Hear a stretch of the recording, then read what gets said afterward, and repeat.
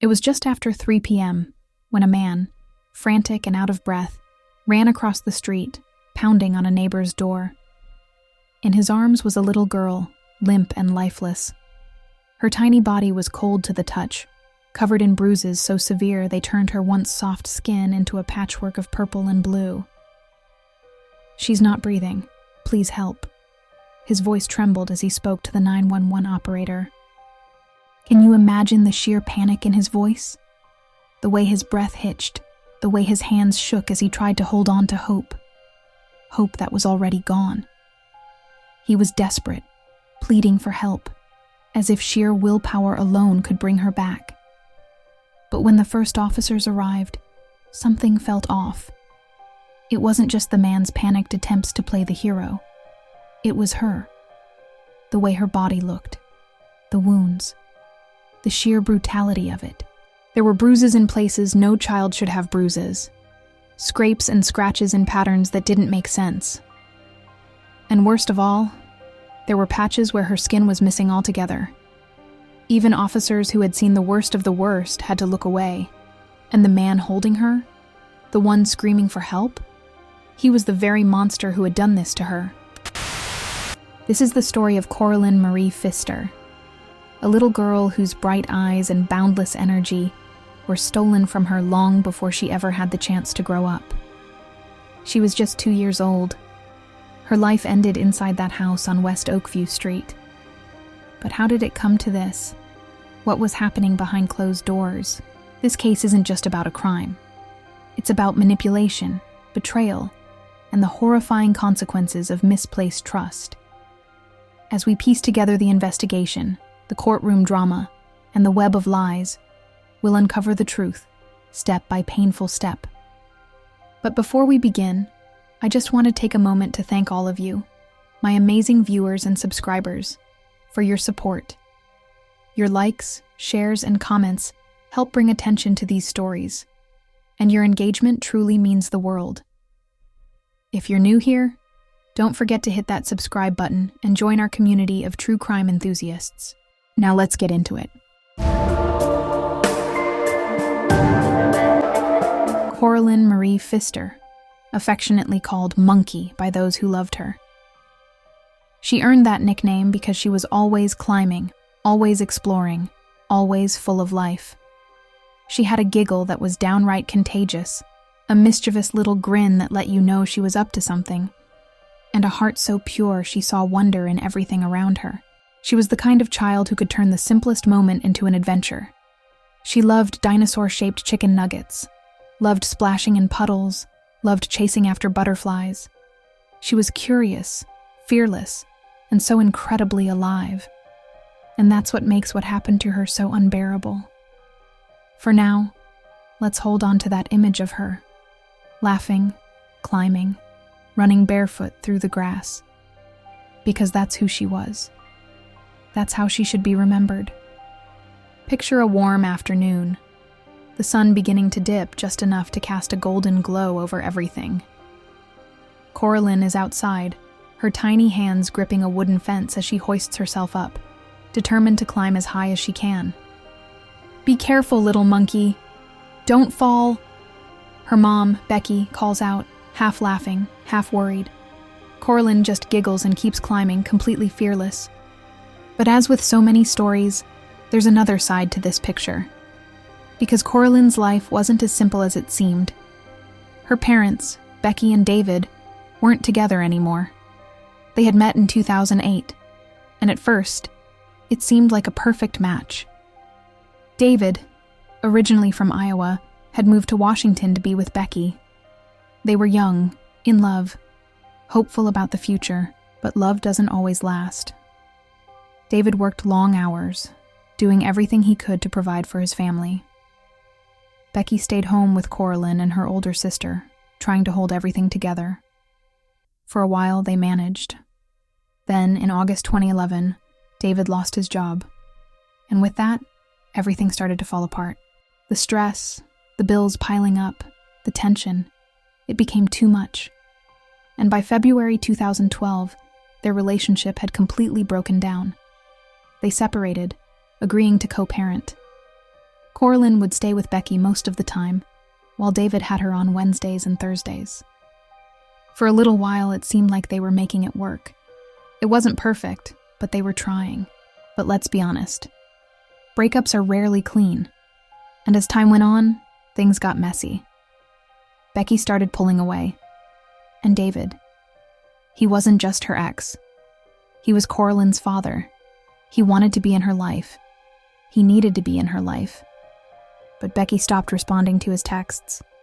Calls went unanswered. And that's when the worry started creeping in. By April 2012, weeks had passed without him seeing Koralynn. And David knew something wasn't right. So one Monday afternoon, he showed up at Becky's house. He wasn't leaving without seeing his daughter. But Becky refused.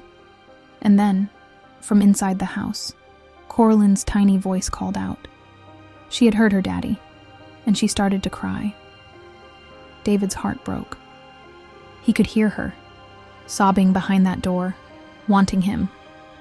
And Becky, maybe out of guilt, maybe just to stop the scene, gave in. She let him take Koralynn for a short visit. Just a quick one. No big deal. David had no idea it would be the last time he ever saw his daughter alive. Because behind the walls of that house, something horrifying was happening. Becky had let someone new into their lives. A man named James Maurice Reeder, a man with a violent past. David didn't know. He thought his little girl was safe, but she wasn't. And soon, the truth would come crashing down in the most horrific way imaginable. He had no reason to believe otherwise. But when he finally saw his daughter again, she wasn't the same little girl he had known. The light in her eyes was gone forever. Looking back at Koralynn's short life, it's impossible not to feel a whirlwind of emotions. On one hand, she was that bright, adventurous child, the one who climbed everything, who giggled at the smallest things, who had a favorite spot on the couch with her dinosaur chicken nuggets. A little girl who had her whole life ahead of her. But on the other hand, she was caught in the middle of something much darker, a battle she didn't even know existed. A tug of war between a loving father and a mother who, despite her best intentions, had let a monster into their lives. James Maurice Reeder, a name that, at first, meant nothing. Just another man with a charming smile and the right words at the right time. But Becky 𝐿, already struggling with the weight of single motherhood, saw something different in him. He was a helping hand, a steady presence, someone who made her feel like she wasn't alone in the world. He cooked, he cleaned, he played the role of the perfect boyfriend. For Becky, who was drowning in responsibility, he must have felt like a lifeline. But that's the thing about men like James. They know exactly how to weave their way into your life, how to make themselves indispensable. And by the time Becky realized the truth, she was already trapped. At first, it was subtle. James took on more responsibilities, slowly inserting himself into every aspect of her world. He offered to help with the kids, making it seem like he was just stepping up as a supportive partner. But soon, Becky wasn't making decisions anymore. James was. He dictated what the children could and couldn't do. He decided what was best for them, and Becky, whether out of trust or exhaustion, didn't fight it. But James had a past, a violent, twisted past that Becky never knew about. His ex-girlfriends had stories of control, abuse, and terror. He had taken their phones, accused them of cheating, choked them into submission. One woman claimed he had assaulted her just weeks after she had given birth. Becky never heard those stories. James made sure of that. He played his role well, and Becky, desperate for stability, believed him. But abuse doesn't stay hidden forever. The bruises on Koralynn's body started to appear. At first, Becky found ways to justify them. She must have fallen. She's just a clumsy toddler. But the bruises didn't stop. They kept coming. And then came May 24th, 2012. The day everything changed. Becky left the house around 12:30 p.m., running errands, assuming her daughter was in good hands. James was there after all, a man she trusted. And while she was gone, James decided to give Koralynn a bath. His story would later be full of holes, contradictions, and desperate attempts to explain the unexplainable. He claimed he stepped out for just a minute to grab a towel. Just a minute. But when people are lying, they always say, just a minute, don't they? As if that small window of time somehow absolves them of responsibility. And then there's the biggest question of all. Why didn't James call 911 from his own house? Why did he run to the neighbor's door, pounding, screaming for help, clutching Koralynn's limp, lifeless body in his arms? Why waste those precious seconds when he could have dialed for help immediately? The moment the neighbor opened the door, the horror of what had happened began to unfold. Koralynn wasn't just unresponsive. She wasn't just a little girl who had drowned in a bathtub. Her body told a much darker story. When emergency responders arrived, they didn't just see a drowning victim. They saw bruises, old and new, covering her tiny frame. They saw burns. They saw cuts in places no child should ever have wounds. Her skin had been ripped away in certain areas, torn, deliberately. This wasn't an accident. This was torture. And as James sat there, trying to convince the world that this was some horrible mistake, his story was already beginning to fall apart. But in that moment, his story unraveled, just like the life of the child he claimed to care for. This was no accident. It was the culmination of months of control, manipulation, and abuse. A life extinguished in the most brutal way possible. As the emergency team worked on Koralynn, desperately trying to revive her, the truth was already there, staring them in the face. But the worst part, the most gut-wrenching part, the one that haunted the authorities long after they left the scene, was that Koralynn had already been dead for hours before James even thought to call for help. Her body was cold, her temperature dangerously low, far below normal. She had likely been dead for hours before James even pretended to care. Think about that for a second. Imagine the terror Koralynn must have felt, her body battered, her spirit already broken. And yet, when it came time for James to act, he did nothing. He lied. He delayed. He did everything he could to cover up the truth. But why? To save his own skin? The emotional toll this case took on everyone involved, from the investigators to the first responders, is something we can't fully grasp. They had seen abuse before. But this was something different. Something much darker. And yet, they had to carry on, piecing together the evidence, even as their hearts broke for the little girl who would never get to live her life. You can't change the past, but you can learn from it. The truth is, this story isn't over. It's just beginning. James's tale of a child drowning was starting to look like a cover-up, an explanation so convenient, it was almost too far-fetched to believe. But it wasn't just about Koralynn's injuries that day. It was the pattern. The deeper investigators dug into James's life, the clearer it became that this wasn't his first act of violence. They started talking to his ex-girlfriends, and the pieces of the puzzle began to fall into place. James was no stranger to violence. He had a history of abuse. One ex told detectives about how James had accused her of cheating, controlled her every move, and when she didn't comply, he got physical. One woman even shared a chilling story about how James had choked her, then raped her just days after she gave birth to their child. This wasn't the picture of a caring partner. This was the story of a man who had been hiding his true nature for far too long. But here's the part that shocked everyone. Becky 𝐬𝐽, Koralynn's mother, had been left in the dark, at least at first. She was initially told Koralynn was found unconscious in the tub, with no one knowing exactly how it happened. But the more Becky listened, the more her story didn't add up. How could she not have known? How could she have allowed James into their lives, into Koralynn's life, knowing he had been alone with her so many times? As detectives began questioning Becky, they started to wonder, was she complicit in all this? Did she really know what kind of man James was? Or had she been too emotionally manipulated to see the truth? Did she believe James's version of events? Or was she simply too afraid to face what had truly happened? Becky's involvement would be questioned, and rightfully so. She hadn't seen the warning signs. She hadn't seen how James was starting to control her, pushing Koralynn out of the picture, cutting her off from the world. But was that her fault? Was she willingly turning a blind eye to her daughter's suffering? Or was she just too caught up in her own insecurities and need for someone to lean on?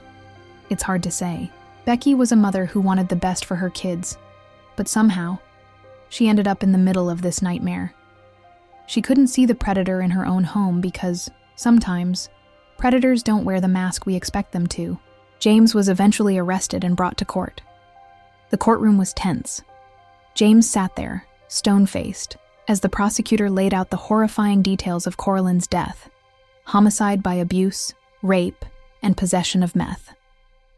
The charges were read, and for a brief moment, there was a flicker of what might have been guilt, but it quickly shifted to a defensive posture. The man who had taken so much from Koralynn, from Becky, from so many others, now tried to shield himself behind legal jargon. But here's the thing. James knew exactly what he was doing. He wasn't going to fight these charges the way most would expect. He took a different route. James pleaded guilty, but not in the way we'd hoped. He took an Alford plea. For those who don't know, an Alford plea allows the defendant to acknowledge the evidence against them without admitting guilt.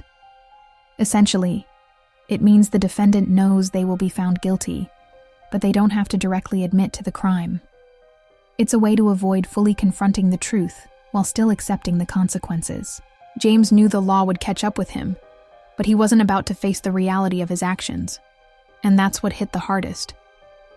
Here we are, in a courtroom, and James, a man who killed an innocent child and hurt so many others, was allowed to avoid directly admitting to the worst of his crimes. He might as well have been given a clean slate. How is that justice? How does someone like him, with such a violent past, avoid facing the full weight of his actions? Then came the verdict, the sentence, and it was clear. This was not the kind of justice Koralynn deserved. James was sentenced to just 37.5 years in prison, with the possibility of parole. And even worse, he was exempt from registering as a sex offender. This was a man who raped a child, who shattered a mother's heart, and yet, the legal system gave him the chance to walk free one day. How is that even possible? The issue wasn't just James. It was the broken system that allowed him to slip through the cracks for so long. For a crime this heinous to result in such a light sentence, it leaves you asking, where was the true justice? Where was the reckoning for the lives he destroyed? For a moment, the court fell silent as everyone tried to process what had just happened. Did this sentence feel like enough for anyone watching? Anyone who truly understood the depths of this tragedy? It sure didn't. And then, Becky, the moment we've all been waiting for. What about Becky? She was charged with criminal mistreatment for her role in Koralynn's death, but her sentence was far lighter than James's, just 1 year and 1 day in jail. And to be honest, that didn't sit well with a lot of people. Was that justice for a mother who turned a blind eye to her daughter's suffering? Shouldn't she have been held more accountable? A year in jail? Was that really enough for a woman who failed to protect her child? Enough, considering everything Koralynn endured in the final months of her life? Some argued that Becky's cognitive disabilities played a role in the decisions she made, that she wasn't capable of fully recognizing the danger. But does that excuse the fact that she allowed James to be alone with her daughter time and time again? She had a responsibility to protect her children, and she failed. Some might say she simply didn't see the signs. But is that enough to erase her role in Koralynn's suffering? The public was divided. Becky wasn't a criminal mastermind, but she wasn't innocent either. And that made the verdict hard to accept. For many, it didn't feel like true accountability. Some believed she deserved a harsher sentence. After all, Her failure to act cost Koralynn her life. So where does that leave us? What does justice look like when there's so much gray area? When two people are responsible, but only one truly faces the weight of the law? How do we reconcile the fact that James, an abuser with a history of violence, got off with such a minimal sentence, while Becky, who let it happen, walked away with even less? The truth is, there's no clear answer, and that's what makes this case so haunting. Koralynn's life was stolen from her, and no matter what the court decided, no sentence would bring her back. It's not just about what happened in that courtroom, it's about what could have been. The community response was heartbreaking. A candlelight vigil was held in Koralynn's honor, a small light in a world that felt just a little darker. People gathered in Washington Park, their faces illuminated by the soft glow of flickering candles, mourning the loss of a little girl they'd never truly know. The tributes were simple but powerful, messages of love, of sorrow, a reminder that Koralynn was more than just a victim. She was a child who deserved better. Her funeral, held privately on June 16, 2012, was a quiet, solemn moment, a painful farewell to a life taken too soon. And as the community grieved, they weren't just mourning Koralynn. They were mourning the broken system that allowed this to happen. So now, I want to hear from you. Should Becky be held accountable for Koralynn's death? Or was she just another victim of James's manipulation? Was she complicit? Or was she too caught up in a situation she couldn't see? Drop your thoughts in the comments below. I want to know what you think. And if you believe in keeping these stories alive, in giving victims a voice, please subscribe to the channel. Your support helps us continue telling the stories that need to be heard. And don't forget to hit that bell icon so you never miss a case.